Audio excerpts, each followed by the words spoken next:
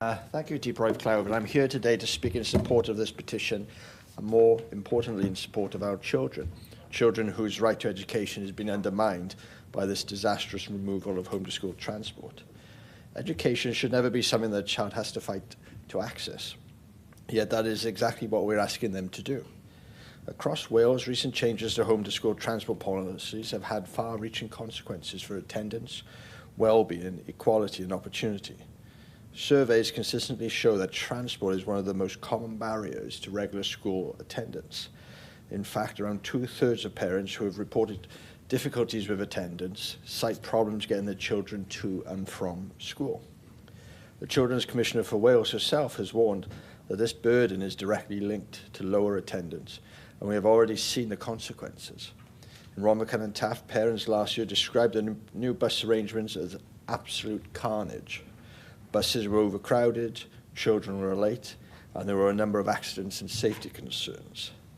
The stress of this has even led to some to experience anxiety and even panic attacks during their commute. These are not isolated complaints, but they are warning signs that reduced transport provision undermines children's ability to attend school consistently. Attendance, however, is only part of the picture. Student well-being, both physical and mental, is also at stake. A critical issue is safety. While the bus journey itself may be risk assessed, the walk or cycle route to school is not. Many children will take what they perceive as being the quickest route, but this will not always be the safest. There have been reports of children walking down busy roads in traffic, in poor weather conditions, and sometimes in the dark. Oh, yeah. So I can't see you over here. And the petition mentions that they think of under-19s walking to school is unsafe.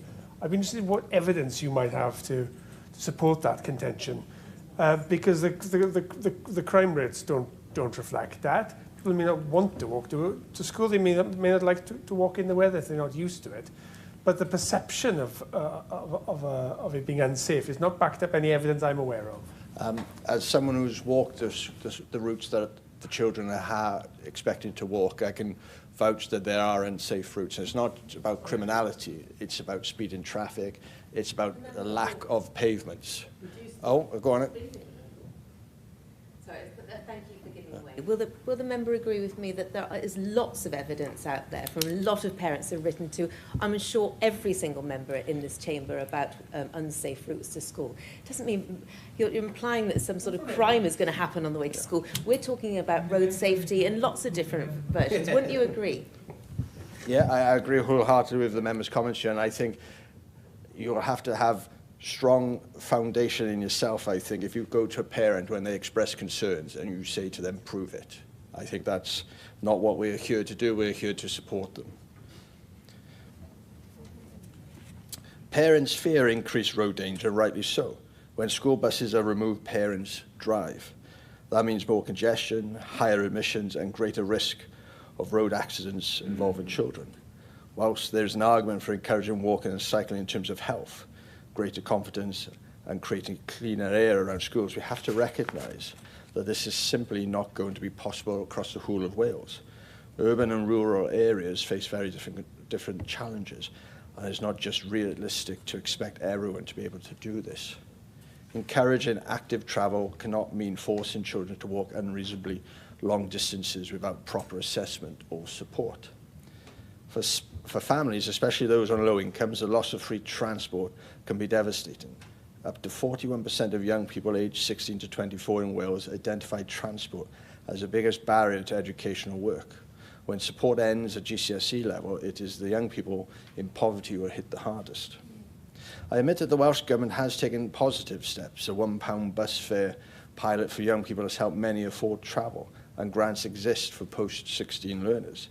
These measures are welcomed, but they do not replace guaranteed, reliable transport for school-aged children. Transport reform is often framed around climate goals. Cheaper fares and integrated bus networks can reduce carbon emissions and modernise fleets. Encouraging fewer car journeys can improve air quality and road safety. But the truth is, cutting school bus eligibility risks doing the opposite. When free transport disappears, parents drive and congestion increases. Admissions consequently rise and the environmental benefits are lost. Parents and learners have spoken loudly. Thousands have signed this petition. Families are not protesting for convenience, they're protesting for safety, fairness and access to education. The message Deep Road Cloud is clear. Transport is fundamental to education access and people are fed up with the changes that have been proposed. The years leading up to GCSEs and A-levels are the most critical in a young person's life. These are the years that shape confidence, opportunity and future prospects. Students should be focusing on learning, on lessons, exams and ambition, not on whether they can physically make it to school or not. So with that in mind, Deep Road Cloud, I would hope everyone here supports this petition. Thank you.